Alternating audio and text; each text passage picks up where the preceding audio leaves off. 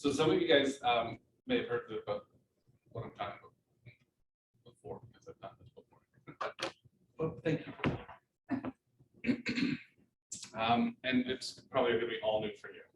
Or have you taken a lot of KW courses before? No, I've taken the disc. Okay. Before. Okay. A couple times, once at Exit, once here. Okay. But that was years and years ago. Years and years ago. Okay. So today, just so you guys all know, I'm Colin.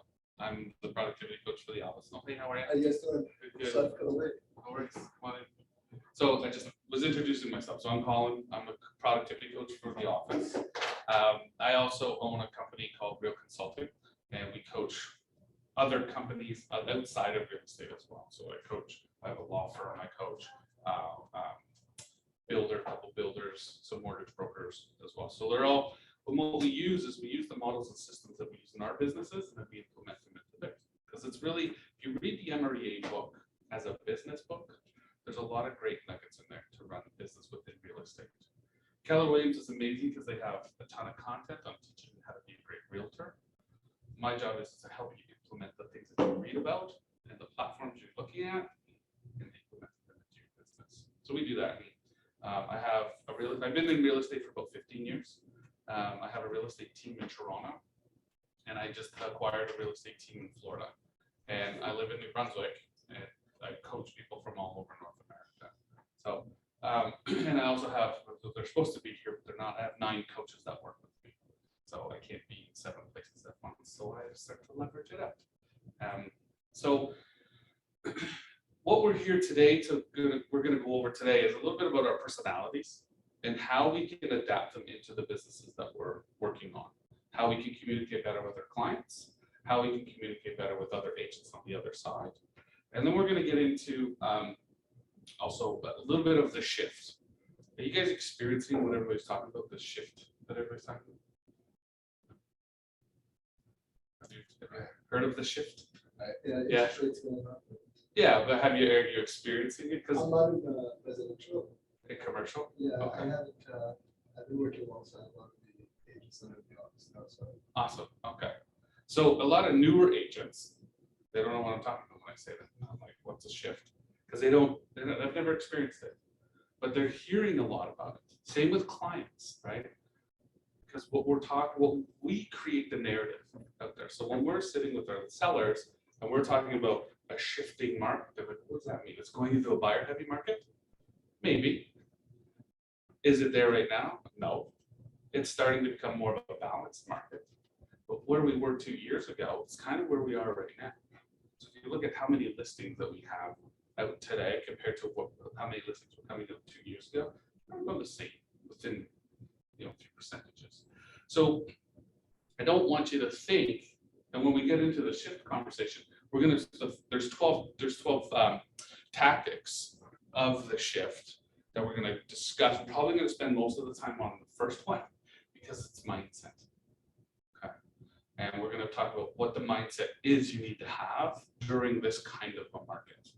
So when you're in such an extreme selling market, which we've been in for so long, for the last 2 years, it was one particular mindset. It was like, just go get listings, get listings, get listings, get listings, right? How many trainings did you guys go to where it was just like, get listings? That doesn't necessarily change in a shift. You still need to get the listings, but you need more buyers now to buy those listings. So what will happen is the conversation might change a little bit. Some of the activities that you're going to do might change a little bit. So what you were doing before may not be relevant to what you're doing today. Okay. So that's kind of in a nutshell what we're going to talk about. Is there anything that you want that maybe I didn't talk about just now that you're like, you know what, if we could cover this topic today, that would be amazing. Is there anything specific that you guys want to talk about outside of that? Well, just more into that topic of the shift and what the long-term prospects are and long-term strategy should be. Sure. In terms of your efforts. Okay. So when we go into the shift conversation, let's bring that back up because there's a lot, right? And like with anything, I don't have a crystal ball. However, if we can set up the activities that are going to work right now, and we just focus on those, the results will be whatever. It's just have you read the book, The Shift? I have a copy here. I would recommend everybody get it. Again, there might be. I'll check with Aaron and see. If not, we'll get you some. Laura Lee might have some too. That book is, so it comes in 2 days. Okay. Yeah. Okay. We may have some at the office, but we'll see. But again, it is a business book that talks about it's specific to real estate and what happens during a shift market. But there are some great things in that book that are relevant to today. Before, when 2 years ago, kind of going off topic a little bit, but 2 years ago, there were certain activities that were working that we needed to implement. And it was an opportunity for us to be creative with our marketing and be creative with our lead gen. Now it's less time to be creative, more time and double down on the things that's working. So if your business is built on eyeball to eyeball conversations, great, double it, go have more, right? If you're a online lead generator, great, do more of it, right? Because what happens is your pipelines are just going to get thinned out. So we want to keep them nice and fat. Okay, and we're going to get into more detail about that. So we're going to start with the disc. Does anybody know what I'm talking about when I talk about the disc? Okay, can somebody explain what the disc is? Yeah.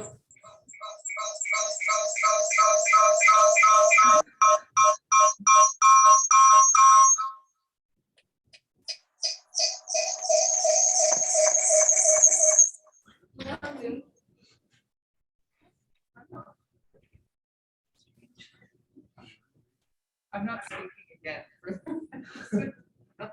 There we go. Should be good. Okay. Thank you. Thanks, Jess. Save the day.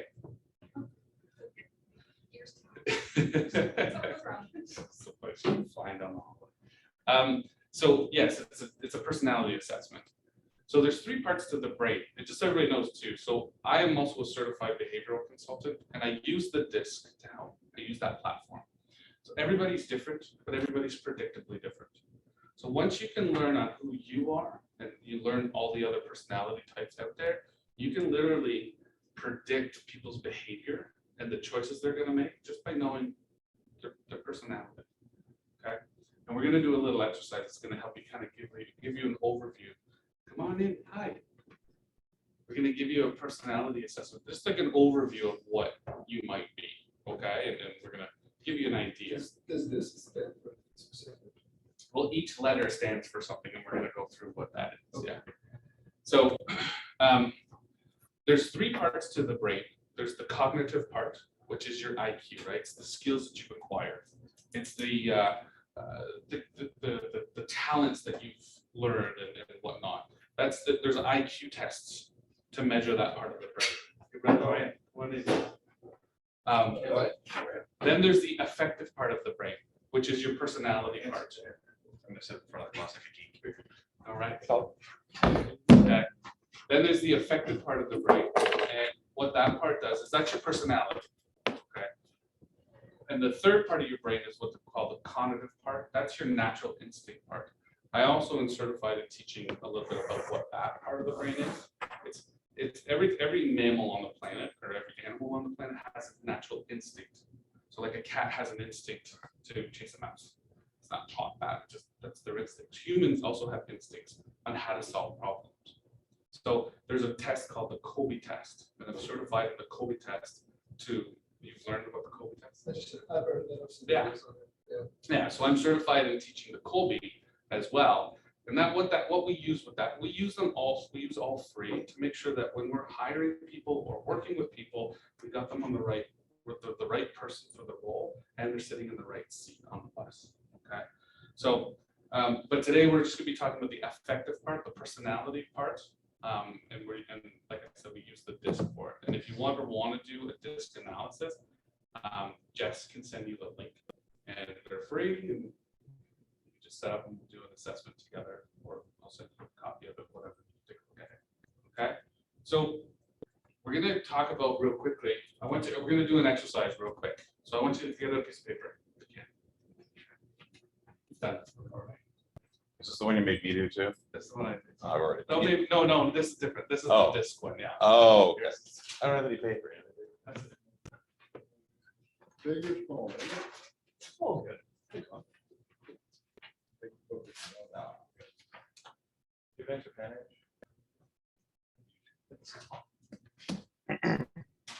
with it next to that. Someone's not prepared today, that's for sure. You figure at the front of the class then, right? Yeah, among other things. I was used to sit at the front of the class in high school, my teachers hated it because they talk much. Most people who talk a lot sit in the back. So I want you to draw this on your blank piece of paper. Okay. And at the top of the page, I want you to write the word active. And at the bottom of the page, I want you to write passive. On the left side, I want you to write the word task. And on the right side, so that's my side. The right side, I want you to write people. So I want you to think about who you are. Are you more of an active personality or person? So when you walk into a room, are you the first person that says hi to everybody? And you go up to everybody and shake their hand and all that stuff. Are you more active? Or are you more passive? You kind of tend to sit at the back of the class and kind of be behind the scenes. I know you. So I want you to think about where you sit on this scale here, okay? And I also want you to think about where are you more task oriented? Do you have a lot of lists and you like to check off a bunch of things? Makes you feel really good when you check off all your lists. Or are you more relationship based? Do you love people? Are you kind of like, I just need to be around people all the time, or my business is built on relationships, not transactions, that kind of stuff? Are you more on this side? What I want you to do is I want you to plug yourself. What if you're on neither side? Yeah. What are you saying? You're a charming man. Oh, sorry. Okay. So I want you to, the quadrants right here, I want you to place yourself in either the active and task. So are you on the higher or the upper side of the quadrants? Being more of an active person? Are you more task oriented? Because you can be active and be very task oriented. Or are you active and people oriented? Are you more passive and task oriented? Or are you passive and more people oriented? That makes sense? I want you to plot yourself. Just draw a dot as to where you think you are. Now, if you think you're more than one, draw closer to the middle line. If you're an extreme, draw way out there, right up to the outside. Okay. You got it? Okay, awesome. That's Marianne. Hi, Marianne. Awesome. So I'll show you, I'll use myself as an example. So I'm probably right around here. Okay. That's where you are? That's right. Yeah. Perfect. That's exactly We're right. the same person. Yeah. That I do. Right in the middle, of course. So what I'm going to do is I'm going to show you what each quadrant is and the percentage of the population. And I'm going to describe each quadrant as well. And then I want to see if you still stay in that role, okay, or in that spot. So up here on the top, this is the D quadrant. These people are drivers. Okay. They are they're dominant. Okay, an extreme D are very decisive, so they make decisions quickly. Okay. The other thing with D personalities is their biggest fear is the fear of being taken advantage of.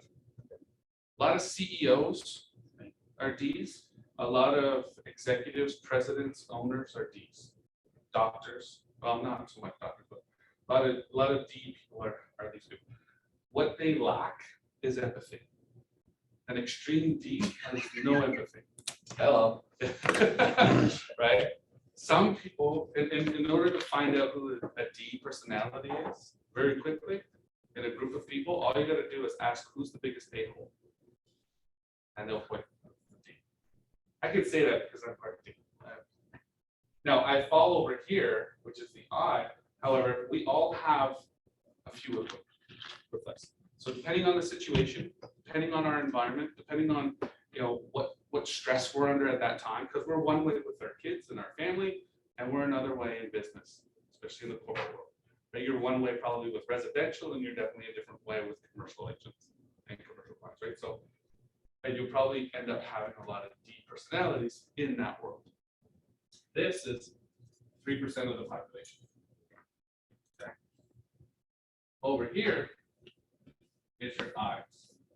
These people are influencers. Okay. They're interactive.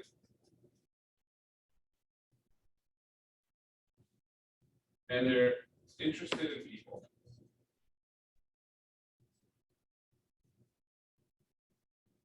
What I should also say is that when we're doing one of these assessments, there's three parts to the assessment we look at.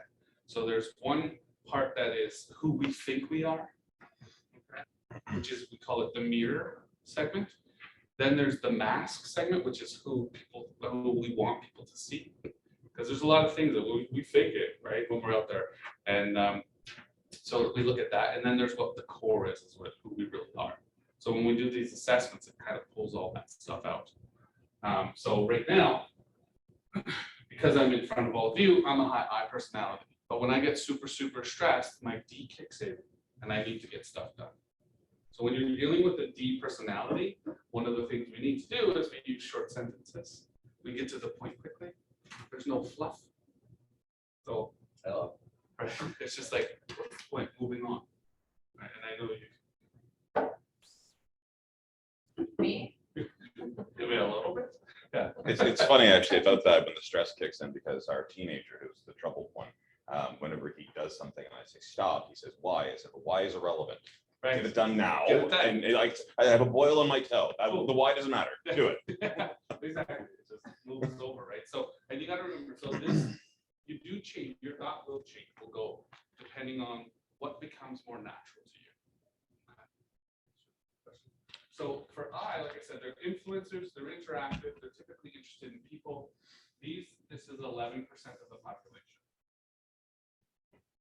Okay. I's biggest fear is the fear of rejection. They don't like the word no. It's sad. They're highly empathetic people. They're very talkative. They will take shortcuts. They were always drawn to the fun things as opposed to the hard things. They'd rather do those types of stuff. So when we're building lead gen models, we look at who you are, and we literally look at lead gen activities that complement your behavior, your personality. So for instance, a lot of people do online leads. I hate online leads. I hate it. I hate it. Suck it though. And I know I suck it. My world is open houses. My world is one-on-one conversations, eyeball conversations, and my sphere of influence. I'll go and meet people. I'll go to events. That's my lead gen model for eyes. Okay. Any questions so far? What would be a lead gen model for D? For Ds, they do a lot of cold calling, a lot of door knocking, but it's very like, I got it. So bold. Anybody have taken bold? Yeah, bold. And if you haven't, you will. It's a great course. Keller Williams puts it on. It's an 8-week program, and it helps. The intention behind bold is it creates habits. So you do it for 8 weeks, and at the end of it, you're getting into high production. The thing that sucks about bold is it doesn't happen all year long. That's where I come in as the coach. We make you do bold stuff. And you find out who's not a D. Oh, because bold. I hated it. Yeah, bold is honest. built for D personalities because it's very like one of the challenges that they do with bold. So they just tell you that. They want everybody They to want take you it. to get out of your comfort zone. Yeah, exactly. And it is a good, like for an I buckled. I buckled like an old lawn chair. I was just like, oh. one of the challenges they do in Bold is that they call a Bold 100, which you have to have 100 conversations in one day, not 100 door knocks or 100 phone calls, 100 conversations. I did it once. It almost killed me because my personality is I.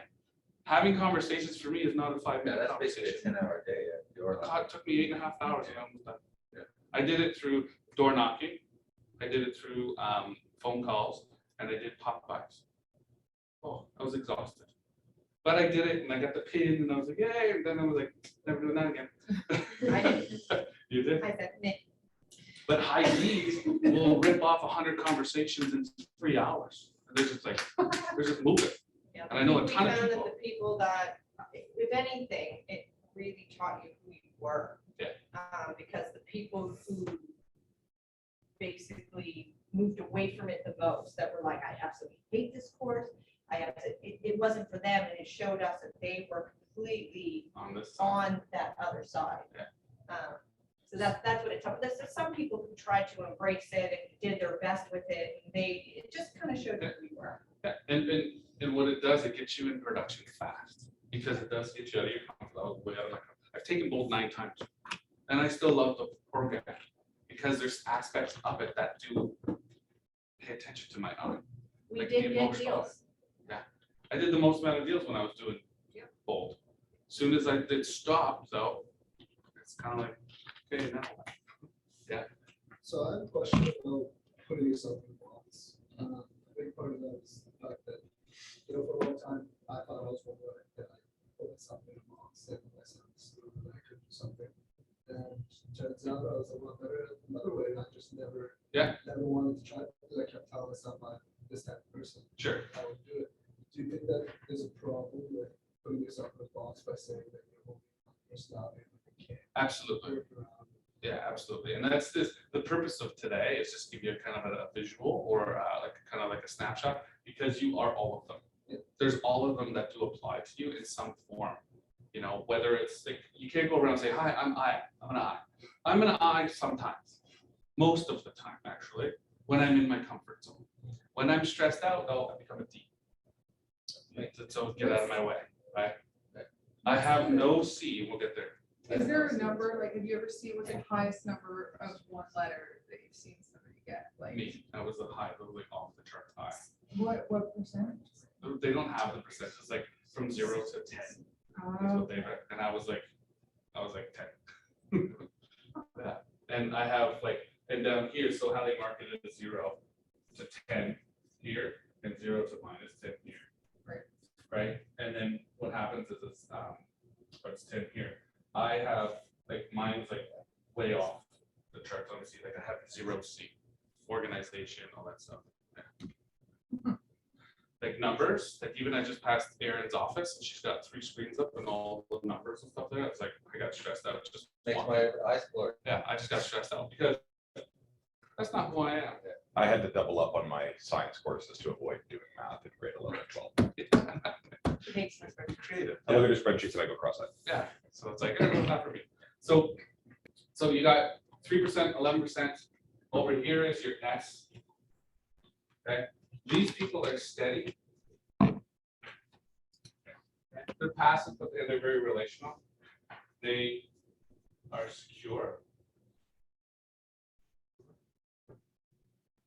Okay, Secure in what sense? secure in a sense that they need to feel secure. In the sense of financially? Financially, even just around their friends, they need to feel welcome, they need to feel warm. Yeah, those types of things. So they need security. They need security. They're steady. By steady, what do you mean? Steady is, they don't look for opportunity. No Like erratic they behavior. don't like change. They like monotony. They like the same thing. Like a factory worker. Very much so. A lot of teachers are S personalities. Okay. A lot of salespeople are high I's. Okay. So we know. A lot of people in marketing are also high I's. Okay.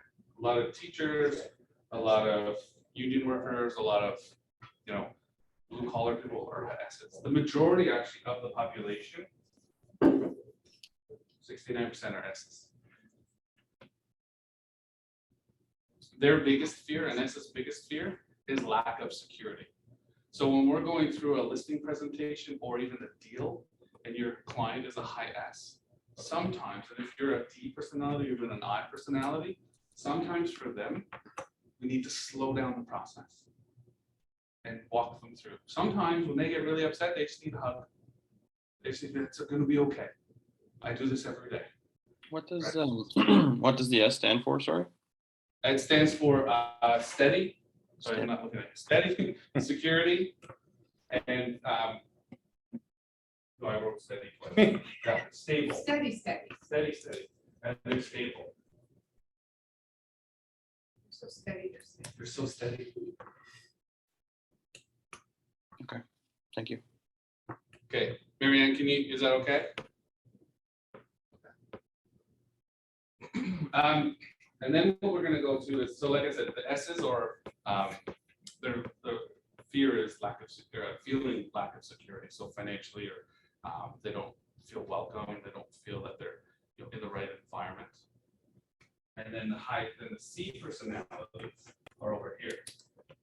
These people are calculated. They're concise.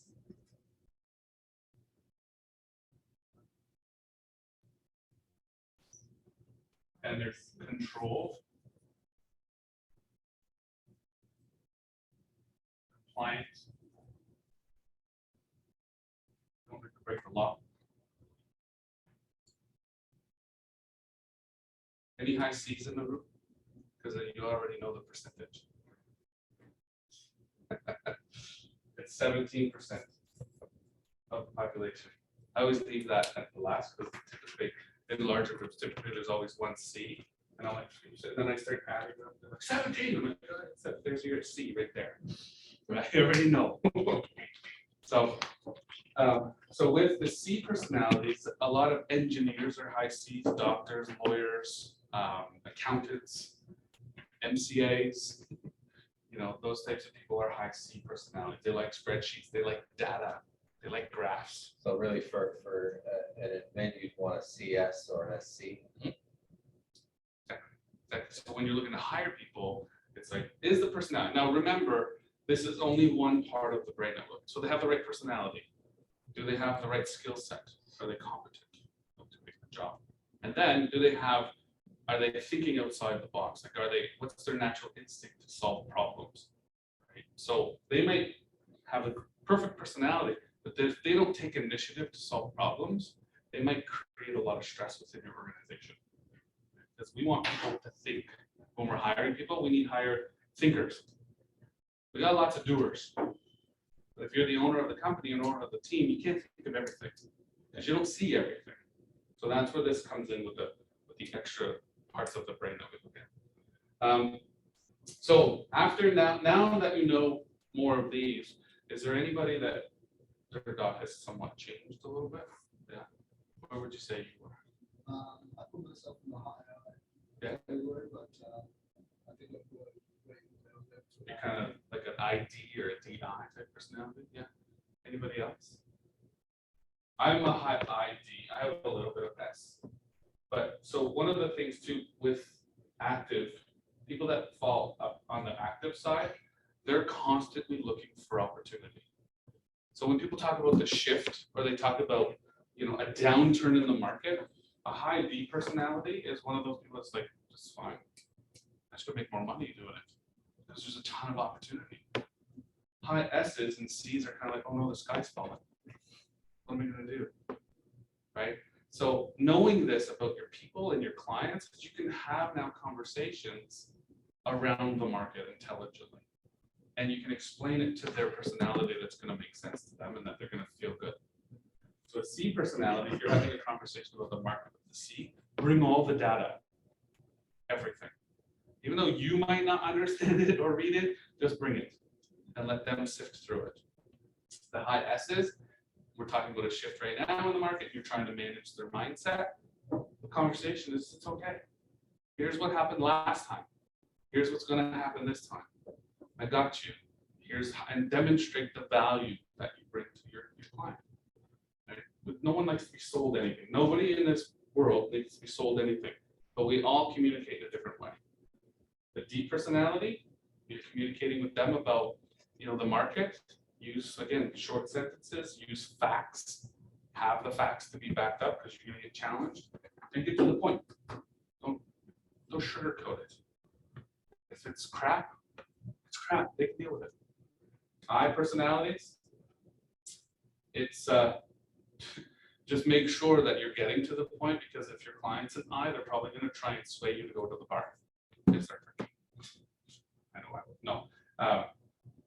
So once you identify who you are, you can start to adjust and create those conversations and those scripts that will help you with your communications. Cool. Was that helpful? It was very helpful. Was okay? Okay. Awesome. You guys good on there? Was it helpful? Awesome. Awesome. So like I said, you can get the disc link from Jess and she can do it. And if you want, let me know and we can go through it. Get you more details. I have no question. Actually, was talking about door knocking. That's something that's active. Can give them your door knocking. Yeah. It's cross brokerage, it's quite common, if you're in the right personality for it. I don't do it, I can't do it, I don't like it. I think lots of people do it and they should, but it's a small percentage of people who do it that get the best results. The trick is that any prospecting task, consistency is the key point, no matter what it is. It could be door knocking, postcards, FISBOs, cold calling, just consistency. I think if you enjoy door knocking, you're getting in front of more people quicker than any other activity. What I was referencing though is that if you don't do it consistently, there's no point doing it at all. Absolutely. It's my favorite It's a sick pass. And door knocking is great for personality, but also for brand new agents too.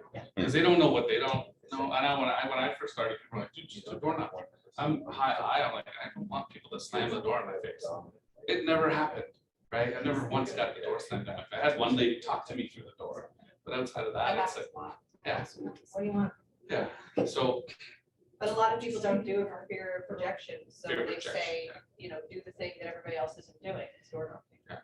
And I find too with lead gen, a lot of people get caught up in what's working for other people. Yeah. So it's like the next shiny object. It's like, oh, I did a Facebook ad and I got 400 leads and da da da da da. Great. I did a Facebook ad, I got one lead. I better do another one, then another one. Then, well, how are they getting success and I'm not, right? And then I'm like, well, that's not working. So they give up too soon. I realized really quickly that I suck at door knocking. Because I'll end up walking past a patio and I'll go and sit on the patio and have drinks. But I'll make phone calls to people that I know on the patio. So I'm like, that's my lead gen. I have my luxury agent in Toronto. Her lead gen, based on her personality, is she has to lead gen twice a week. That's it. She's really good. So we actually cluster it. She goes to a nightclub every Thursday night. Yeah, and she goes to an event every weekend. That's her lead gen, because every time she goes to a nightclub, she picks up 2 big whales for a listing lead, or a buyer, or an investor, or that's her job. And I'm like, all day long. So what is she? The girl that goes out twice a week? What is she? She's my luxury agent, and she But does my wait. commercial. But is she an I? She's a high I, yes. She's a high IS. She got some D, so she owns a swim school as well, and she has she's got 5 single mom, 5 kids.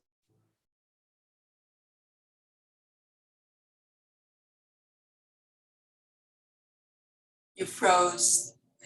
Sorry. She's got 5 kids. I think that's the last thing I heard. In Markham. Why? There's 700 acres available in Markham. Really? Wow, it's crazy.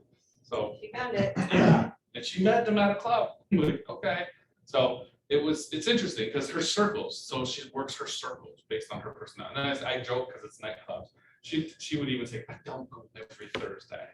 I tease her all the time, but I'm like, I get blown away with the things that when she's in her zone or in her element, she's on. And people just they're attracted to her. So I was hoping, I'm gonna fly her out and do some training with me too. What's that? So she knows how to work the room. Oh, yeah, yeah, she's brilliant, and she connects people, so she actually does deals before they even go onto the market. She double lands a lot too, so it's like, because of her networks, right? And a lot of commercial deals are done that way too. So it's not about, I found in commercial that, but if it goes on MLS, it means that no one wants to buy. So, cool, so that's the disc. Do you guys have any questions on any of that? You're good? Okay.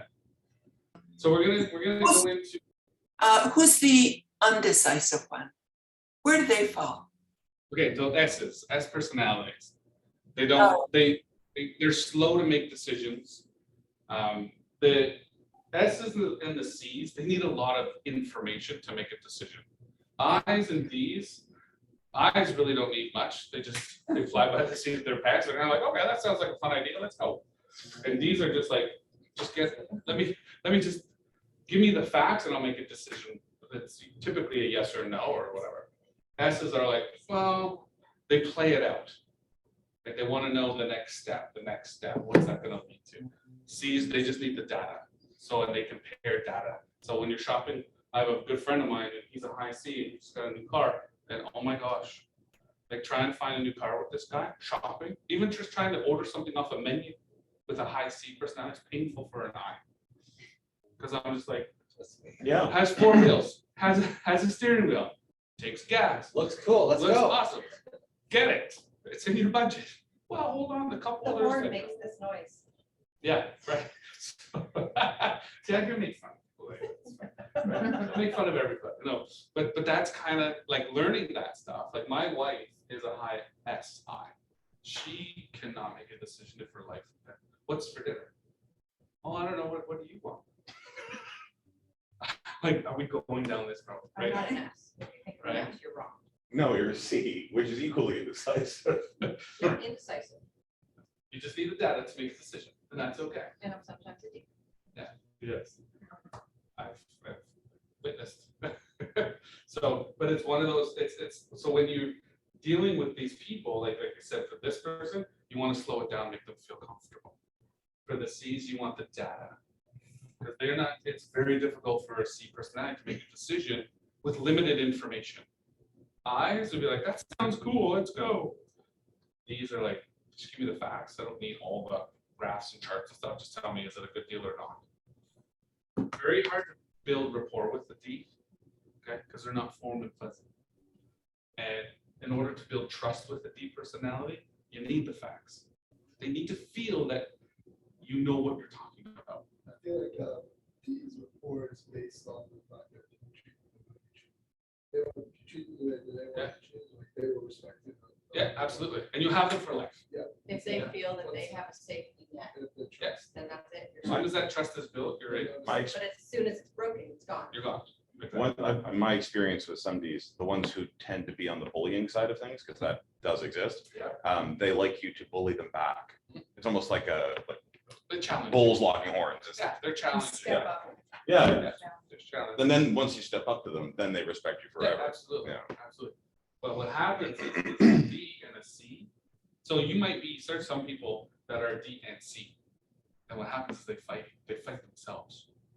Right? Especially when it comes to marketing or building I use an example of a new agent, for instance.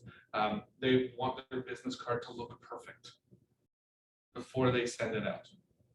Right? The D is like, it's just gotta get out, it's gotta get out. It's been a month now, we gotta get it out. And the C person in that when there's like, well, it's not, the color is just a little bit off. It's not the proper red. And I person's like, oh my God, just send the freaking card out. Can't see red anyways. Yeah, right. No one's actually looking at it. I can't, But it's a problem.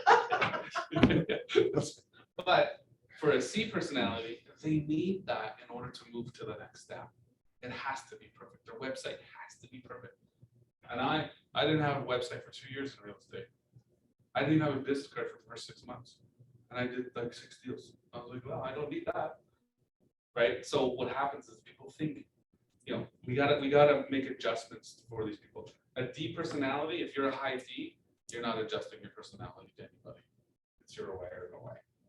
So, but because we do have others that come in.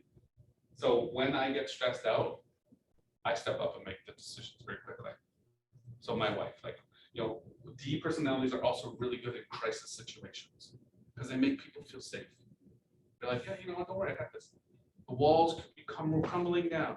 Like, that's okay. My wife always tells me, she's like, Colin, like, you freak out over the smallest things, but over the major things, you're cool as a cucumber. But the smallest things that mean nothing, I freak out. Like stepping on a Cheerio that your kid drops on the floor.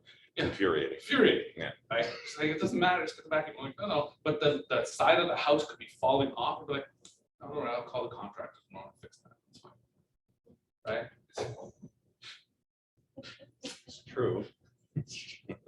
So you guys get me, right? Okay. And what we do with this now is it's actually pretty cool. You can have a dinner with your family and you can have a group of people around the table and you can literally just ask a few questions and identify who they are. Fun game. Some of the questions to ask would be, so what do you do for a living? I'm in sales. Okay, you're a high I. Oh, I'm a doctor. Great, you're a high D. C. Where do the accountants fall? See, C. Yeah. I'm a teacher. Right, that kind of stuff.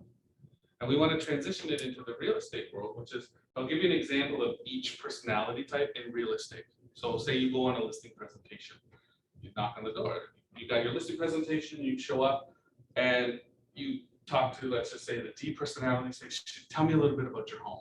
Let's go for a tour, tell me about your home. You'll walk in and say, it's a 4-bedroom home, 3 bathrooms, 2-car garage. How much can we sell it for? That's it. And one of the other questions you always get from D's is, what do you charge? Right. So we build, and you just, well, you know, if you start going into, well, you know, we don't really discount our commissions, that you're talking like an I, they'll be like, you can get out of the house now. Or if you just say 5%, any more questions? They'll be like, oh, okay, no problem, and move on. It's not a big deal. It's a big deal. Exactly. So D's, they just want their questions answered. They don't want the. So if you go into an I personality type, and you walk in, the listing, the seller's there, and you walk in, say, tell me a little bit about your house. I personality be like, hey, thanks for coming. You know, so excited you're here. Come and take a look at the kitchen. We just renovated it. Oh my God, we had so many parties here. It's so amazing. It's like an entertainer's dream in here. Yeah, and then we went to the backyard. And, you know, I flew in all those rocks in the back from Italy. Oh, they're amazing. You'll love it. So how long have you been doing real estate? Oh, okay. How was the market? That's an I personality. They just want to talk, and they just want to show you stuff that they're proud of. Okay, that's a high I. S personality, you go in and you talk to the seller, and the seller says, yeah, our house is like 4 bedrooms, 3 bathrooms. You know, the school's amazing. It's such an amazing school. The community's so fun. Our neighbors are fantastic. Actually, I don't really want to leave. My husband does, but I don't. They don't want to make a change. And then a high C personality, when you go in and I should tell me a little bit about your house. High C is it's 4 bedrooms, 3 bathrooms. The master bedroom is 11 feet 6 inches wide by 12 feet 6.5 inches deep. The second bedroom is 12 feet 6 inches, and they just go through the details. You know, my floor, it's all screwed down, it's not nailed, so there's no squeaks in it. Some of the things like I've got 200 amp service and it's all top of the line wire. That needs to be in the listing. Right? You need to, that's what's gonna sell my house. Like you gotta talk about like, so that's the C personality. A little trick is when you're listing a home, ask them to provide you a list of things they've done to it or like about it. And depending on how their list looks, they're like, we're not gonna do a list. Yeah, right? Because and then you can identify them. Cool. Any questions about that? Is that cool? Awesome. Okay, so we're gonna talk about any questions on that? You're good? What's the time? 42. So we're going to talk about the shift a little bit. Tell me a little bit about the market. What's going on right now? Like right now. The increases are slowing down or stopping. Okay. Increasing in Price. price and Inventory is Offer going up is- as I'd well. say, yeah, way over isn't happening. Yeah. Okay. Sellers who are pricing lower are then repricing higher if they don't get the price that they want, which is effectively what the buyer's market was 5 years ago, when you had listed at 5 and sell it for 475. Now they're listing at 8 and selling for 750. The crazy circus games. are Yeah. kind of- So there's a bunch of things playing, right? Interest rates are, right? There was an election in Ontario recently, right? When every time there's an election, doesn't matter if it's provincial or federal, everything stops. Yeah. It just holds because they don't know what's gonna happen. So if there's uncertainty, and like I said on the disc, 69% of the population are S's, they don't like change. So they don't do it. Well, and then right now it's the end of school, proms, graduation, summer vacation. Yeah. Everyone's got their mind on other things. Monkeypox is a thing now. Like, no, I'm just kidding. I was like, there's more stuff that are people are worried about now. People are changing their lifestyle, and that's a big thing. Coming from if you're an X personality moving from Ontario to New Brunswick, it's a big change. And there's people now I'm finding even in New Brunswick, they're moving back to Ontario. They were here at the beginning of COVID, and they're like, can't deal with this. I'm going back. We're like, I need peace and quiet. You didn't realize how much peace and quiet.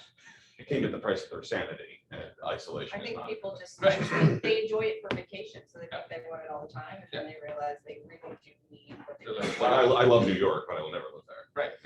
Exactly. Yeah, they're like, wait, I'm 15 minutes outside of a really small town in the middle of the woods, and there's nothing around. And the bugs are the size of pterodactyls. And they get people. So keep in mind, as we're going through this adjustment, I like to call it adjustments. I know it's a different word for shift, but I find that shift it's drastic. Would you say right now is drastic? Or is it just an adjustment? It's just everyone was like, "Buh, buh, buh, buh, buh, buh," and I was like it's Yeah. not crazy. How are you guys feeling about it right now? Are you guys freaking out? Are you excited about it? Are you? I have a question. Is it expected? It's been expected for the last 12 years. Yeah. Well, They just can't- because shouldn't there have been correction? It's pretty. So it's all circular, right? There had to be correction. Markets are secular. Real estate is secular. So if you look over the past 5 years on a federal level, and even if you look at the states, every 5 years or 7 years, there's a cycle. You go up, you go down, you go up, you go down. In Canada, and even Gary would come say this, he said this at the family reunion a couple times, Canada's like an anomaly. Canada has just continued to go up and up and up and up and up. And up and up. Nova Scotia's having a little bit of a hard time because we've never seen, like Ontario's been dealing with this for a decade. Since I started, 2009. Yeah, so Yeah. they're used to this. Yeah. And so they've seen their little bumps and they've seen the craziness, but this is the first time that Nova Scotia's ever Yeah. dealt with this. Yeah. right? And- To this degree. Yeah, absolutely. And our financial institutions, and you read headlines and all that stuff about the sky's falling or people are gonna lose their homes in 2025 and all that stuff. Read through the whole article, because I guarantee you the last 3 sentences are, if this happens, this happens, this happens, this happens, and this happens, then they'll lose their house. I mean, look at 2008, even Canada as a whole had this little, boop, Yeah. and then. what 0.03% of the Yeah, debt. it was, Well, before, I saw this interesting statistics yesterday, put out by some financial firm, and they showed the 30-year average of interest rates each year for the last, like, 30 years. 50 years, right? Yeah. And the average, for the most part, if you go through the whole graphic, is like 10%. Yeah.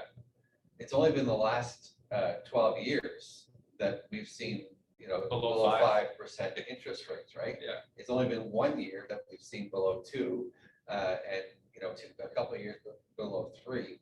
So if you look at over the last 100 years, like, we're still at historically low Yeah. interest rates. So that was a common thing for me, because really, we're not even at right now where we were in 2008, Right. when the The first market fell, right?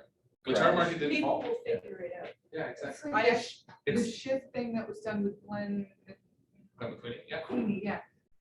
There was a gentleman on there who was like, I don't know what people are freaking out about. My interest rate was like above 20%. Like when you Yeah, it is back in the 80s. Yeah. Right. That's what I was gonna say, I was Oh talking my to a client 2 days ago, and we talked a little bit about how interest rates, because the house isn't selling.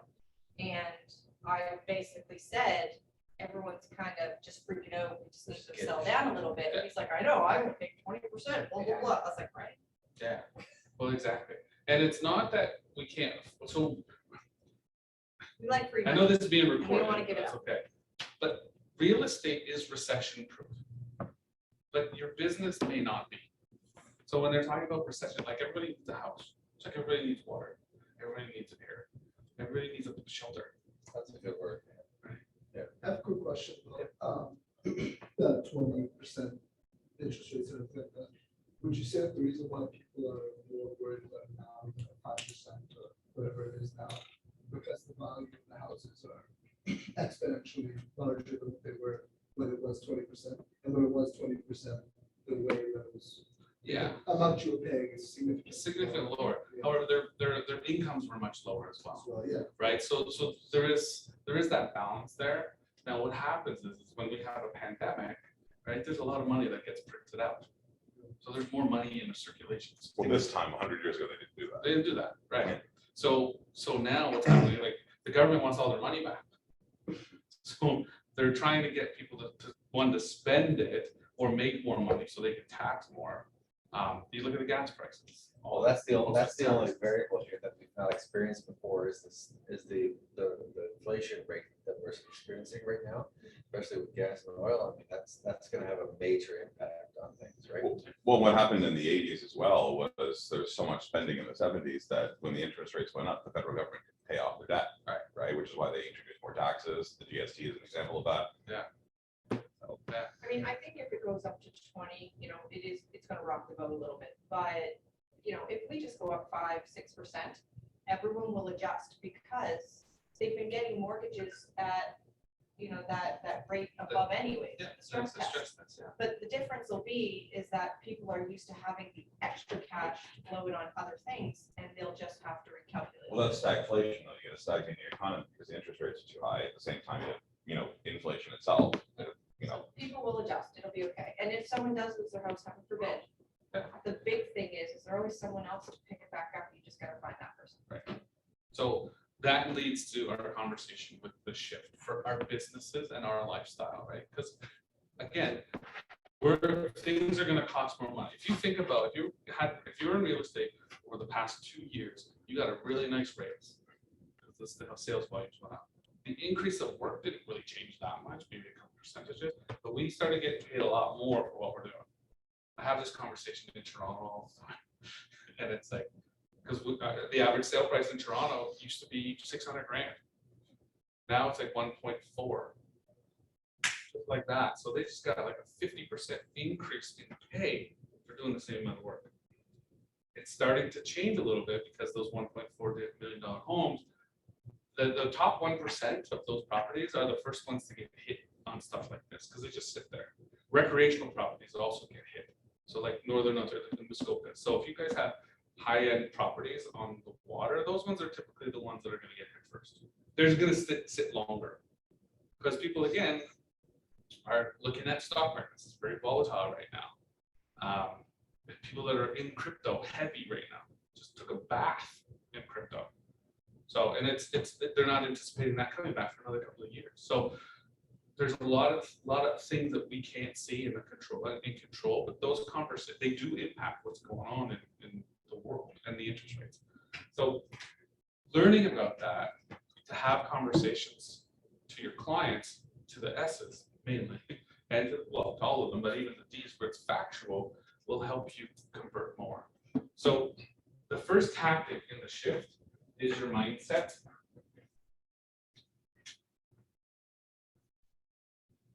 Mind your mindset. Gary Keller has said, don't fear a shift, fear your mindset. Yeah. Shift happens. Yeah, always. Right? He said that. I want to take credit for it. Yeah, it's in the back of the book. So when you talk about mindset, it means he's talking about in the shift, he's talking about get real and get right. What does he mean by that? He means get real by acknowledging that a shift is existing. There is an adjustment happening. If you don't think it's happening, you're ignorant.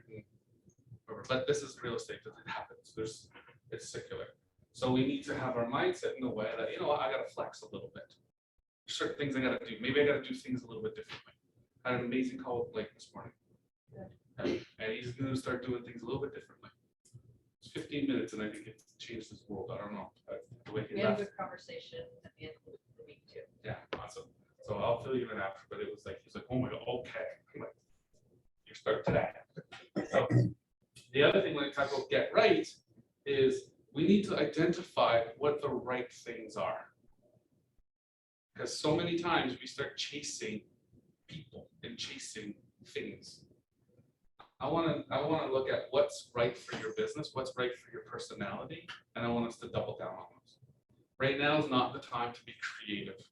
It's not the time to throw money and spaghetti against the wall and see what sticks for lead gen. It's what works for you, and do 2 times that.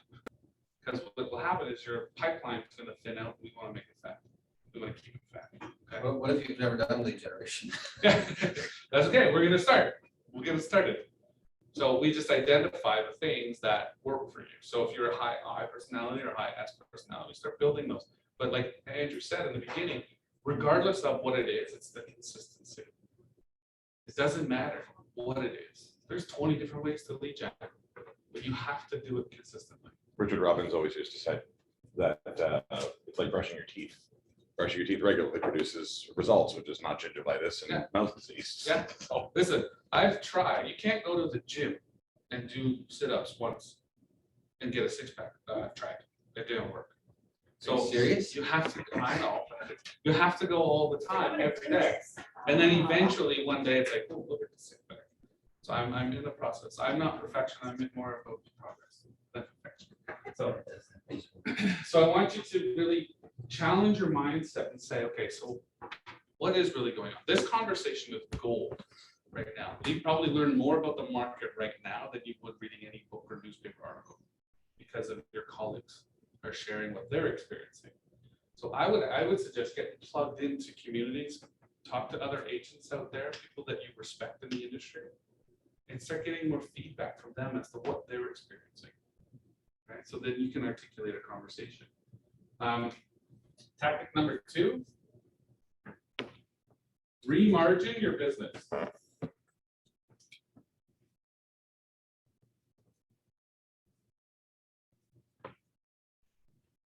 Some of you are like, re-margin. I've never margined it. What I mean by that is I mean expenses. Watch them. Do something about them. Everybody knows the difference between an expense and an investment. Right? Everything costs money or time. And this, we're going to expand a little bit on this because time is also an expense. If you're spending too much time and not getting a return, stop it. Because you could be doing other things to get more return on it. Okay. My coach always says to me, Colin, if you're working on something and it's not working, stop working on it. Walk away. But I get so obsessed with, I'm gonna force it. It has to work. And she's like, no, just take a seat. Just take a step back. Would you say that's sometimes necessary to push that barrier? Yes, but when you're, what happens is when you're so focused on that the catcher's mitt, and you can't see, and your coach can see things that you can't, and she's seeing things that I can't. So she's like, just pull back, look down, and then it's like, then it clicks. Like, oh yeah, I gotta reprioritize my priorities. Then what I'm trying to achieve will come to me faster. Just because it's maybe not the activity, maybe it's the order of, maybe I'm missing a step, right? So she calls me out on it all the time. Like, maybe you're missing something. I think that she's right. Always right there.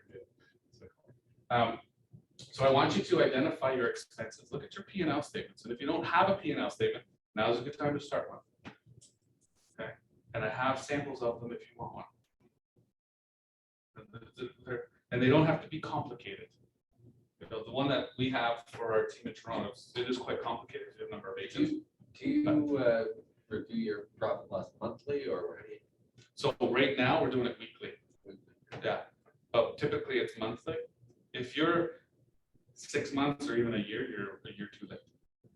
Because you can't change anything. You can change stuff in a month, But when you're looking at profit and loss, it's history, right? You're looking at history. So what we're doing is we're looking at revenues coming in weekly, and we're looking at like all our accounts receivables, and we're looking at what's going out. Because what we need to do is we need to make some adjustments. We need to start thinking a little bit different for this type of market. Because a lot of my coaching business relies on the production of the agents. They start not producing. Well, the first thing that gets cut is coaching, right? Typically. It's like, oh, we don't need that. I'm like, you need it more now than ever. Right? But that they look at it as an expense, not as an investment. Yeah. So I want you to look at your expenses and what's costing you money and what's bringing in money. Do you have any stats in terms of ROI for people who get it coached versus people who don't? I can give you my stats. I can email them to you. That's no problem. But typically, you know, for us, we have right off the top of my head, I think we have over about 120 clients now, and their production. And it's interesting because not everybody wants to coach for production, right? Like I coach Angela and Andrew, and we're not really talking about production. They're doing production.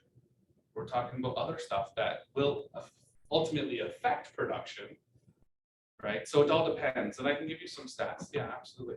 We have teams that I've some new agents that have been with me for a couple of years, and they just bagged up 300 grand in their second year of real estate. A lot of them cap in their first year. So it's like, it all depends on what you're looking for. So we build the coaching program based on that. I'll be around all day today. So not only do I want to see what you're spending money on, I want to see what you're spending your time on. Right, Colin? So I made Colin, I coach Colin as well. I made Colin do what we call a 15-minute miracle. How's it going? It sucks. Do you love your life or what? Week to week, I carried it through two, and hopefully gonna stick out until I get things right. Yeah. So, So I'll explain what this exercise is. It takes more than 15 minutes. But what we do is, and it came from John Maxwell, one of the courses I took from John Maxwell. It identifies where we spend our time and where we waste time. So what I do is I get you, the minute you wake up, you have an alarm and it goes off every 15 minutes. And I need you to write down what you're doing. So if you're on Facebook, you write it down. And you need to be honest with yourself. If you go to the washroom, you gotta write it down. If you are doing cold calls, you gotta write it down. Every 15 minutes, it's like, oh, there's the trigger. Okay, write it down.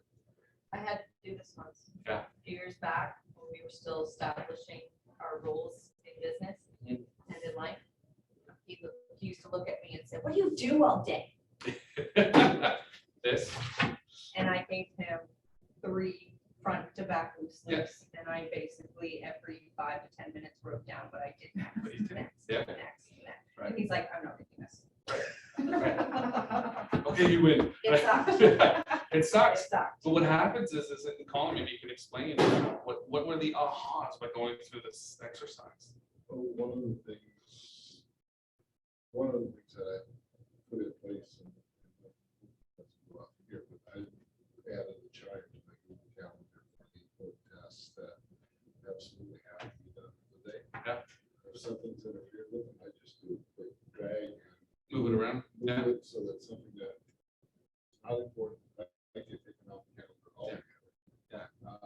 But the other thing is that things that I thought were taking small chunks of my day were actually stuff that I thought I was spending 15 to 20 minutes on. In some cases, was chewing up an hour and a half, 2 hours of my day. Yeah. Well, I remember you telling me that's why I wanted to bring it up, because what happens is it shows you where your gaps are. Or like, you know what, man, I wasted a lot of time on TikTok today.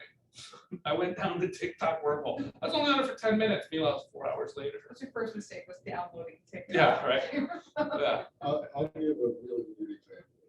It's, I wake up early. There's no excuse for me not getting things done. But my wife doesn't. This is getting a little personal, I'm not gonna get too personal. My wife doesn't like for me to get out of bed. She likes me to wake up. And then I realized that some mornings I was literally killing 2 hours between the time that I opened my eyes and actually I So what I do now is I get up and I do a bunch of stuff, quiet stuff, close the bedroom door. And at 6:30, I sleep back in bed. Right, perfect. So You just open up 2 hours every day. I just give them 2 hours. Yeah, boom, like that, times Right. 5, times, But you know. being very quiet. So all the stuff that I would have to find time to do after my wife finally woke up, is now done. It's done, it's gone. So I'm actually, instead of doing my Bible, my meditation, my prayer, I'm actually on the computer checking yesterday's last leads that I put in. Another thing I learned is stop contacting people before 9 o'clock in the morning, because people used to contact you early in the morning, and you don't get anything done. Yeah, So that I learned, like, no texts leave my phone before 9 o'clock in the morning, right, because that can destroy 45 minutes, like drop of a hat. right. Yeah, no, that's awesome. Number 3 is do more with less. People know what I mean when I say that. Work smarter, not harder. Can I throw something in real quick? Yeah. So I hated the writing 5 minutes a day. I got used to it. And I bought greeting cards through Amazon. All of a sudden, that, hey, you get these brightly colored envelopes, brightly colored cards from Amazon that have absolutely nothing on them. And they cost 20% the price of the cheapest greeting card that you can buy. You get a bright colored envelope, you get a bright colored note card in the mail, and I reduce my expenses on it by 80%. Awesome. Right, it's just like, it's just. Yeah. Somebody mentioned. Now you're starting to get this mindset, right? It's not just get up and do, get up and do. It's like, what makes sense? Everybody like a happy birthday card, right? Like a bright Whatever you piece want. of paper if that's your personality, or a bright piece of paper if that's your personality. Exactly. So we want to do more with less. So what that means, we want to leverage. So we want to look at what resources do we have at our disposal right now that we can use to the maximum capacity without increasing our costs or our time, that we're going to get a better return or bigger return. What are some resources that we have right now that you can use to its maximum capacity that you're probably only using about 1%?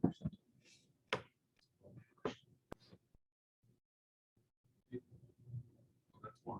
Sure. But our computer, like our system, like our command, it's a beast of a machine. Now, I'm not here to pitch it, but it's there. Preach for the choir. Right? And we're already using it. But so many people are not using it, myself included. There's a lot of things that I still don't know about it because it's 5 platforms in one. I made a task this week. I'm like, okay, I got everyone's IDs for FinTrack. So now I'm gonna write down their birthdays and plug it into command. Smart plans, drip campaigns, all that stuff. Like we've loaded that with all of our teams now. It works for us. I'm leveraging the system so that I don't have to do it. It's giving me more time and more money. Right? And we're constantly, so my director of ops, she's constantly looking for things to increase our efficiency in our business. We used to use MailChimp. We don't use MailChimp anymore. We use Command. Yeah. I used to pay for DocuSign. Now we have it with Command, so it's free. We still use it though. You know, there's so many things that we still use Canva just because the designs are still a little bit limited and we find. But again, when we post stuff, our Facebook ads, it's all done. We don't do it through Facebook anymore. We do it through Command. All that stuff is done through Command, and it's just costs us way less because we're being more conscious of that. And that's her job, is to save us money. Okay. So I also want you to look at that, not just with your business, but what about your life? Who cuts the grass? And like I said, my wife loves cutting the grass. I hate it because my allergies blow up. Her best friend does it for us. Leverage. Well, I got her on payroll now. Right. so I'm Okay. happy. See, that's good. Right. But there's some things that you're like, my wife and I, like my wife loves laundry. She does laundry like every day, I think. For sure. I hate cleaning bathrooms and so does she. So we just hired a cleaning lady. just to do our bathrooms. We clean the rest of the house. We have a 4-year-old, it gets pretty messed up. But neither one of us like it, and it stresses us both out, and it typically takes all day to clean one bathroom because we both hate it. So we leveraged it. We hired somebody to do it, and they come in, we pay them $25. They flip it off in 20 minutes, half an hour. And legit, and she lives like a few doors down, and she comes in. So I want you to look at things that are in your life that you can leverage. What resources do you have? If you have a team, are they at the capacity? Is there more in the tank that we can, squeeze out? Like, can we level them up? Because they might want more at the end of the day, and it's just going to help us. Well, any questions so far? I don't think we're going to get to all 12, but we'll go as far as we can. This is a big one. Number 4.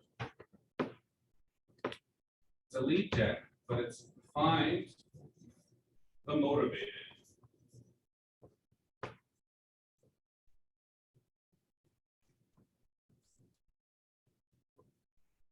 Find the motivated leads. Right? I have a t-shirt on that says intentional. This is my work t-shirt. But you need to do intentional lead gen. Not just throwing, like I said, throwing spaghetti against the wall and seeing what sticks. Find the motivated. Have a series of questions, motivating questions, and ask them, Dave, when do you plan on moving? Well, not till the fall. Okay, well, great. Moving on to the next one. Yeah, like Right. I did door to door for 5 years before I did this. Yeah. And I remember that was one last thing. It's been 2 hours. Yeah. It's been an hour and a half, which is Time. one of those eyes. But they love spending time with you You know? because you're cool and they love being around you, right? You have to do impression of you guys are about the side of the pictures we've been in there.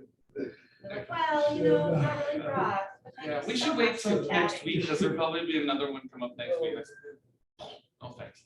So don't get rid of them. We just prioritize them, right? We just gotta move them to the others. Yeah, Bill Nasby, who was a famous door knocker, next to Realty. He had a 4-question script. First thing, hey, how you doing? My name's Bill. When are you moving? Yeah, yeah. It's perfect. And it works. I don't remember if this is off topic or not, but I haven't sold anything yet. One of the things that I found, if you can door knock and I get them talking about bloody neighborhood, because they'll tell you who's getting a divorce in the neighborhood. They will tell you who's getting ready to sell, they'll tell you who just bought, they'll tell you which places are up for rent. And they'll tell you which tenant is wrecking which one. Your local neighborhood watch. I think I had on three separate door knockings where, like, I'm still waiting for a guy to get from Florida, because he wants to get rid of his rental, right? I need to get him face to face. Like, that came from high eyes, and they won't stop knocking, so I gave them the neighborhood talk, but took the 20 minutes. Walked out of the driveway, made every note. That's why bold 100s are tough for eyes. Anyway, going on to find the where would you find the motivated? Yes, that's one way to find the motivated. Where else would you find motivated buyers and sellers? Sphere of influence. Okay, your sphere of influence. Create a sales team with your database. Literally, they become your salespeople. Because they do a lot of the heavy lifting, and they're gonna find they have a reach that you don't have. I had this conversation actually with Blake this morning. Everybody heard of the Dunbar number? I think you've probably heard me talk about it before. No, that's the Pareto principle. Yeah. The Dunbar number is professor. It's a professor at Oxford University, and he did a study on how many relationships a human being can maintain at once. And this goes back to the Paleolithic days when the tribes were running around the North America, and the tribes were only about 175 to 200 people deep. Anything bigger than that, they started to lose culture and connectivity. So he started to do studies on how many people, or how many close relationships a human can manage. And it is about 175 close relationships. So if you think about how many people are in your database, right? Some people have 5,000. Some people have 1,000. All good. However, how many close relationships do you have? Probably only talk to maybe 10% of those, if that. So if you think about your people on Facebook, I have 1,500 people on my Facebook group. I talk to 6 people on my Facebook. I don't utilize Facebook. I don't leverage it for my businesses that much, which I need to. And my director helps keep telling me. Anyway, but if you look at your close relationships, you have 150 people that want you to succeed in this business as much as you do. I want you to go through your databases and I want you to identify who those people are. Because then you're going to go to those people and you're going to ask for their 150 people that they know. And have like, take 2 people to coffee every day. Yeah. You know, in your sphere. Just say, hey. That's it. And what happens is you start to see the results a lot faster. You're not chasing. And they're starting to uncover motivated buyers and sellers. Because they're doing the work. You're equipping them with tools to become your salesperson. So my buddy Sean, we were just in a hockey tournament in Moncton. He's in Toronto. He's my biggest source of leads. He's my biggest client. He's bought and sold 3 houses, but he's referred me 10 times that. So what I did was to reward him. I acknowledged it, but I flew him to New Brunswick. That's a reward. No, I'm joking. Yeah, I'm just kidding. I even said, I'm like, I flew him to New Brunswick and he played in this hockey tournament. He loves hockey, as do I. He loves NHL hockey players. So there was a bunch of alumni hockey players there. And we got to play with a couple of them every game. He was in his, it was like watching a 12-year-old kid. He got pictures with a bunch of them and got autographs and all this stuff. You don't think he's gone back to Ontario to tell his friends that my buddy Colin, who was also my realtor, did this for me? And I flat out told him while he's here, I said, I want to see posts. I want you to tag me. I want this, I want that. He's like, 100%. And he's now got tools to go and find motivated buyers and sellers for me. And he will. I know he's already given me 2 names, but he got back on Sunday. So we need to do intentional things now with our people and our sphere of influence. That works for me. It may not work for you, but I want you to get real and get right, which means get right with what works, double down. So we find them motivated, not just with the leads, but we find the motivated people that want to help you. There's people in your sphere that want you to succeed as much as you. Am I correct? I get this a lot. Well, no, I want to succeed the most. Okay, but there's people beside you that really like, you know, I want you to succeed, because if you succeed, then I get a lot of cool free crap. Right? Or we can go on holidays together, or, you know, my wife wants me to succeed in this business. So she's tapping into her resources and her people that I don't know, so that I get other potential clients out of it. So I want you to get really intentional. And we tend to spend a lot of time chasing strangers when there's people right around us that want to help us. Okay. Cool. Any questions about that? Number 5. Get to the table.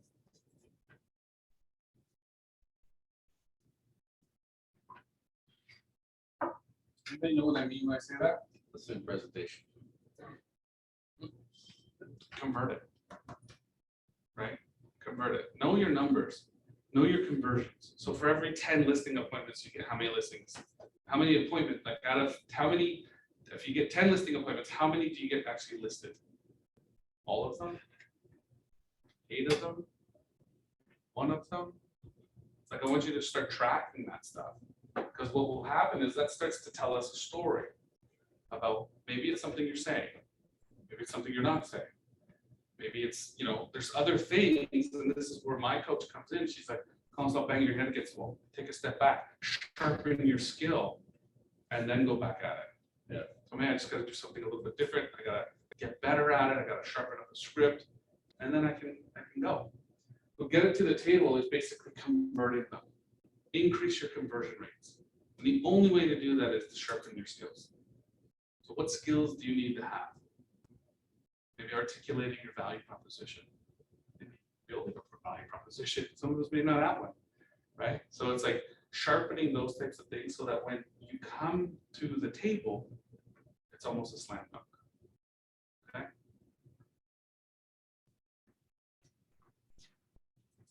Any questions about that? We'll do one more.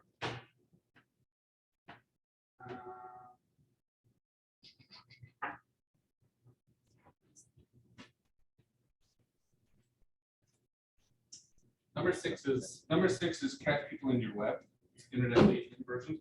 We're gonna bounce over to stand out from the competition, which is number 8, okay?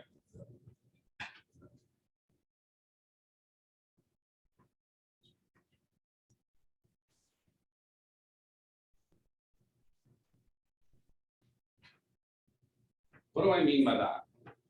Stand out from the competition. I kind of said it in the last sentence.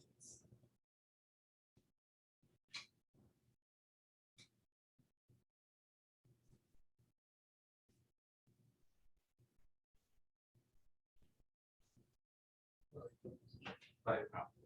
Why should anybody use you? Well, I'm nice. We're all nice. Well, I do staging. We all do staging. I know the markets. Well, we all know the markets. What's unique to you that you can demonstrate, not sell, but you can demonstrate your value proposition that they're going to be like, oh man, I have to use this person. I have to. Crazy not to. This would be an interesting question because, you know, like I'm in a small market and, you know, everybody knows who the number one listing agent is in the area. And you know, I've been more strong on the buyer side. I work with a lot of buyers. I've brought a lot of people into the area. But I'm not as strong on the listing side, which I want to change. Yeah. So, you know, people are seeing somebody else's signs in the marketplace. Yeah. And as they see his signs, he's getting more and more listings. Right. So Sure. the obvious answer is get more signs Sure. out, But how? but how? That's the Right. question. So- So how do you separate yourself from the guy who's already number one in the market? Yeah, absolutely. We call them worthy rivals, right? I like people say competitor. I call them worthy rivals. If you like them, if you don't like them, then they're your competitor. You'll take them out. But if you like them and they're a nice human and all that stuff, I call them worthy rivals. And the reason why is because I want to look at what they're doing really, really well. What are they doing well? And then I also, Well, because, I mean, the only thing you really know he's doing well is getting the listings. yeah, but what's he saying to them? Right? Is he price chopping? Is he cutting his commission? Maybe it's a song. Maybe it's not. Right. Right. Maybe it's, we want to dive into it. We want to start looking at what's their Facebook look like? What's he posting about? What's his social media stuff look like? What's his presence in the community look like? We want to start tapping into those things to look at what does he do really, really well? And then we look at what is he not doing really well? Where are the gaps? Where are the holes in it? It's going to take some time. You can't just walk in and figure it out. It's going to take some time and questions and asking people, right? Now, you brought a lot of buyers into the market. Are they selling anytime soon? And are using him to sell? No. Right. So there could be a shift happening there because all your people, you brought them all in. That's why people want to use you, is because you're the specialist on that side of the transaction. That's a value proposition. I brought more people in this area than any other agents in the market. That's a strength. You want to shift it over, no problem. I already know this house because I sold them that house. I sold it 3 times. So I know everything about this house. I know everything around it. So that again is a strength. Now, does he know it? For sure. But that's where I want to get really unique with why you compared to that person. Because skills, you guys are the same. The only thing he may have on you that you don't have is time. You might have been there a little bit longer. Yeah, I do. Right? That's okay. But you can start chipping away piece by piece, one house at a time. And then once you get 1, then you get 3, then you get 7, then you get 12, then you get 50. Again, it just keeps going. And then you start taking market share. That's how Keller Williams grew in the East Coast. Started with Jerry, a core group of 20 agents. And then just went one more agent, then 5 agents, then 50 agents, then 20 agents. Now they're over 200 some agents. Great. Yeah, crazy. So we just start having that same mentality. But if you look at even Keller Williams' unique value proposition, right? It's with the belief system, and that's part of the value proposition to attract the agents. There's the gap. There's our belief system, There's our core values. That's all part of the value proposition. So I want you guys really get honed in on what the value proposition is for you and what's unique. For instance, for my company in Toronto, our value proposition is the experience is everything. We focus so much on the experience. I don't care about selling the house. I want to make sure that your experience is everything. And I want you to tell your friends. I even tell them. I said, I don't care what we sell the house for. Of course, I do. I want you to make the most amount of money. But I want you to tell your friends about the experience. I know you will if it's bad. I want you to tell them if it's really good. So I summed it up into a small 3-word. Experience is everything. And I always joke, I'm like, good and bad. So It's everything. getting a list of successes you've had with listing houses and, you know, if you have the right testimonials, things like that. Absolutely. Otherwise, you know, like something, but they rarely even do what they do. Exactly. Unless it's provoked, right? Unless it's like, Exactly. so people right now are getting a ton of leads off of Google review and Yelp. So if you can get during the process, there's a specific time frame you want to hit these people up for a transit, like for a Yelp review or a Google review. And it's literally right after you give them the keys. This is an issue I'm having lately, is like just getting testimonials, like how do you? Like, it's so hard, and like, I'm like, do I do up a form and make it look like, and be like, this is a part of your package, you need to fill this out? You could try that. We send the link. Yeah. We send the link. No. And then I get Melissa to follow up. I was going to say, like, I know somebody that does send it to do and they do a quick thank you after a transaction. Thank you. Please just put your thoughts on my page. That's what Or I even easier, it could be easier for people just to digest. Would be maybe a quick survey with they don't have to write. Like, Yeah. like, let's say 3 options, each question. Yeah, You can pre-rate it, Less, That's what like they do with report cards at school. like it's less, sort of. like they don't have to think, you can get creative and emotional, like Just you can kind do of- like. I actually got angry yesterday with the survey, and the reason I got angry was that I left the company and I had an decent company. They were amazing to work for. They treated me well, just their guidelines to allow me to be a realtor. Well, fine.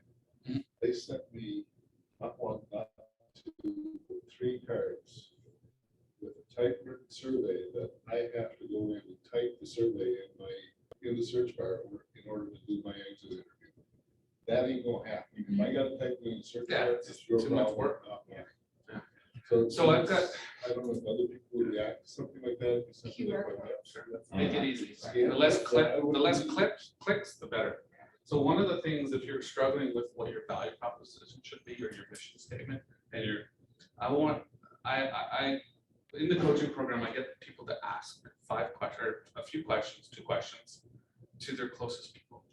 And if you're interested, I'll write the questions down. Yeah. Because it'll help you with your value proposition, why they like you. Bold, there's an exercise actually with Bold that they do that. If you guys remember doing it with the page on their back and people to write down what they like about you. Yes, that was actually one of the more enjoyable parts. Yeah. So the first question I want you to send out is, when I come into a room, what do I bring? I send this to my buddies, and this is not like you can joke around, but my buddies, like, typically when you walk in a room, you bring beer, but that's not what we're looking for here. I want you to, like, what kind of energy?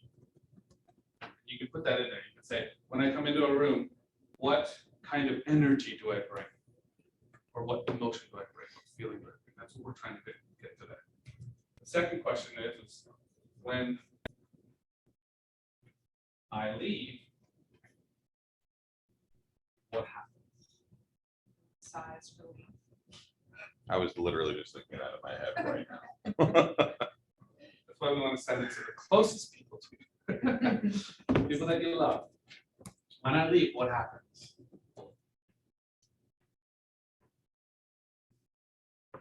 This will give you a clear start to your value proposition. Say, people, when I work with people, this is what they like. This is what they love. I make them feel good. I make them laugh. I make the transition easy. I'm gentle. I'm loving. Like that kind of stuff, right? When after this, just be aware, because after our transaction's done, you might find that it's, we're less engaged. But don't worry, I'm always here. Right? So you want to try to tie those two things in into a value proposition. Build that script. Then you can articulate it. That'll set you apart from all the other agents out there, because the other agents are just like, so I do feature sheets and I have floor plans and I do staging and we charge 5% and this and that, bang, bang, bang. So features, benefit. Where the majority of the population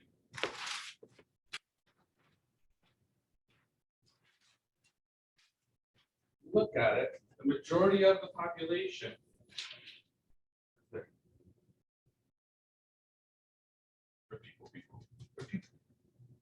they're all about the relationship. They're all about feeling good. I remember back in the day, Royal LePage had many years ago, they had brought in a company from California. They were a branding company, and they were doing it very different than your traditional branding companies. They were creating like a personal brochure. At that time, was prior to Facebook lead generation. Sure. Anyway, long story short is they told your story. Okay.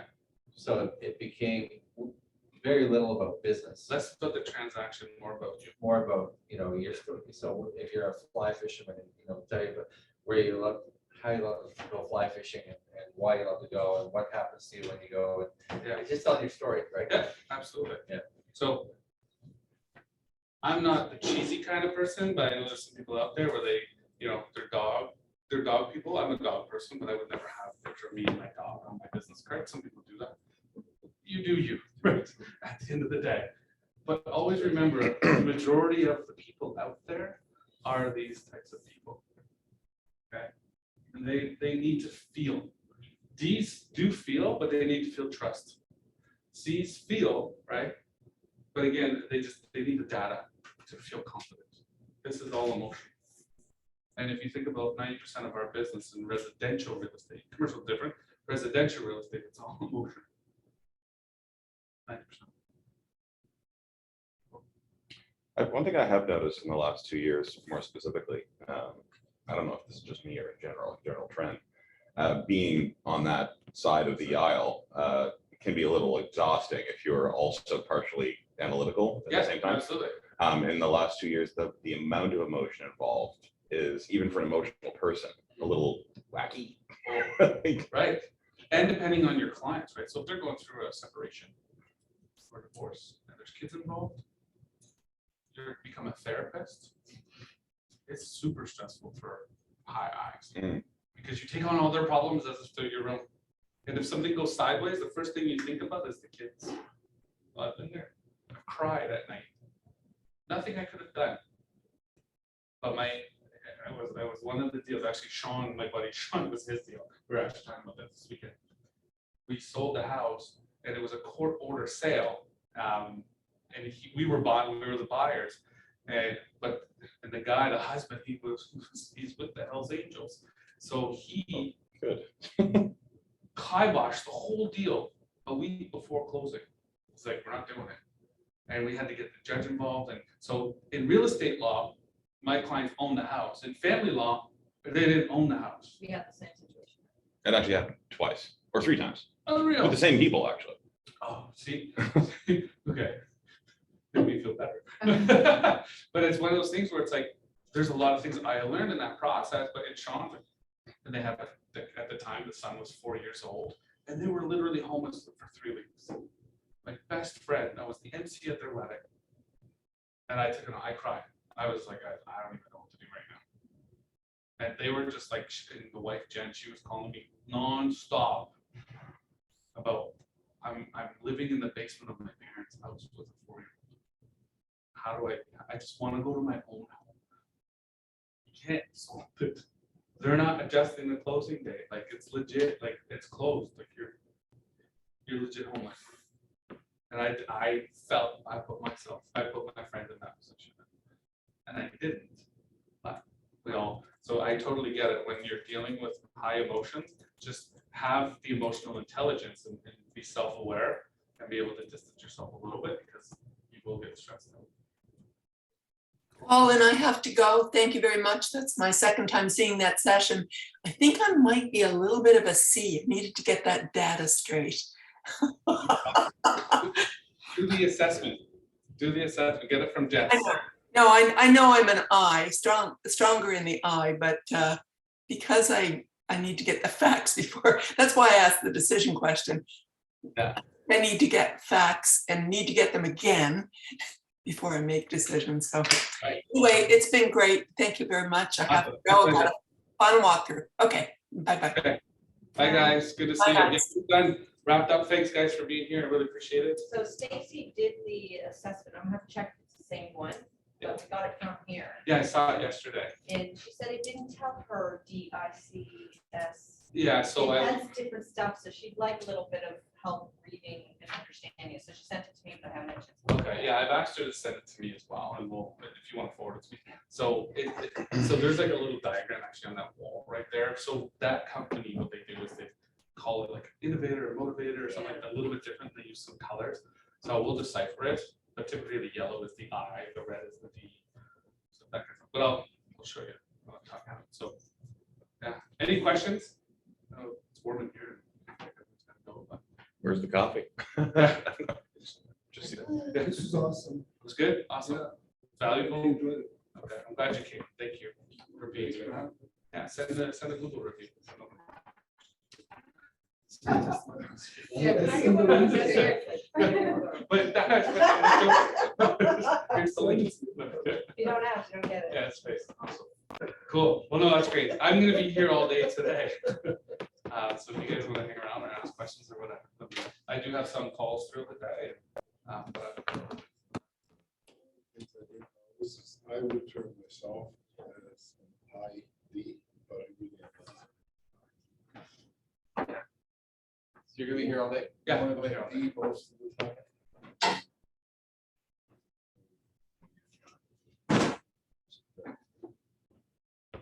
Awesome. Okay.